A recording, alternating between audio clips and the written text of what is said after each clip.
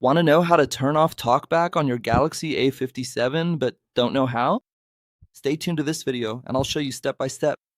If you're on the lock screen and don't know how to unlock your phone, swipe up from the bottom of the screen using two fingers like this.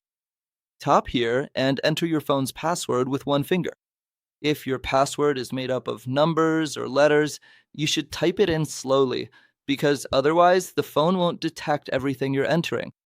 Use two fingers to move around the phone screen, go to the settings icon, tap once to select, and double tap to confirm. With two fingers on the screen, scroll down until you find the TalkBack option. No, not TalkBack. You need to scroll down until you reach the accessibility option. Look for the accessibility option, tap once to select, and double tap to confirm. For any option you want to enter, it's one tap to select and two taps to confirm. Here, you can turn off TalkBack on your phone. And that's it for today's video. I hope I was able to help. If I helped you, don't forget to hit the like button, leave your comment down below, and if you can, subscribe to the channel for more videos.